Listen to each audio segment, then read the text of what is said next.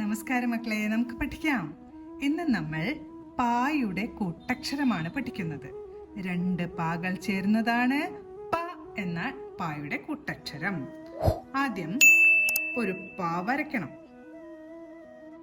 പായുടെ തൊട്ട് അടിയിലായിട്ട് ഒരു ചെറിയ പാ കൂടെ വരച്ചാൽ പായുടെ കൂട്ടക്ഷരമായി പ എന്ന് ഉച്ചരിക്കാം. ഒരിക്കൽ കൂടെ വരയ്ക്കാം. ആദ്യം ഒരു പാ വരച്ചു. പായുടെ അടിയിലായിട്ട് ആദ്യം നമ്മൾ ഈ റാ വരച്ച ഭാഗത്ത് നിന്നും നീക്കി വേണം അടിയിലെ പാ വരയ്ക്കാനായിട്ട്.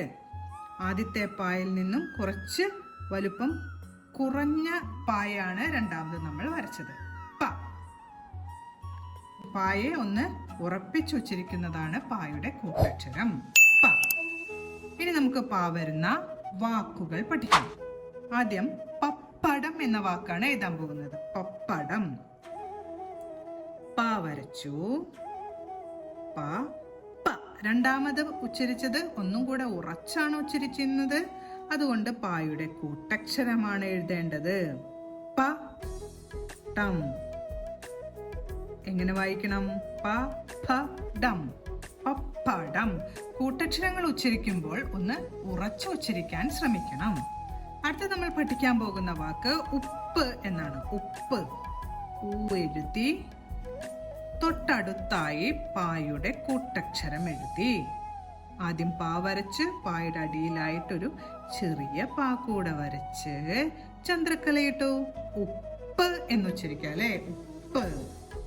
അടുത്ത നമ്മൾ പഠിക്കാൻ പോകുന്ന വാക്ക് കറുപ്പ് എന്നാണ്. അപ്പൊ ആദ്യം കായ് എന്നെഴുതണം. തൊട്ടടുത്തായി റു. റാ എഴുതി ഊട ചിഹ്നം. റു പ്. പായുടെ കൂട്ടക്ഷരം ഭ ചന്ദ്രക്കല ചേർത്തു. കറുപ്പ്.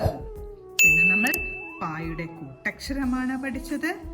പപ്പടം, ഉപ്പ്, കറുപ്പ്. ഓരോ വാക്കുകളും പറഞ്ഞുകൊണ്ട് എഴുതി പഠിക്കാൻ ശ്രമിക്കണം. നമസ്കാരം. അടുത്ത ക്ലാസ്സിൽ കാണാം.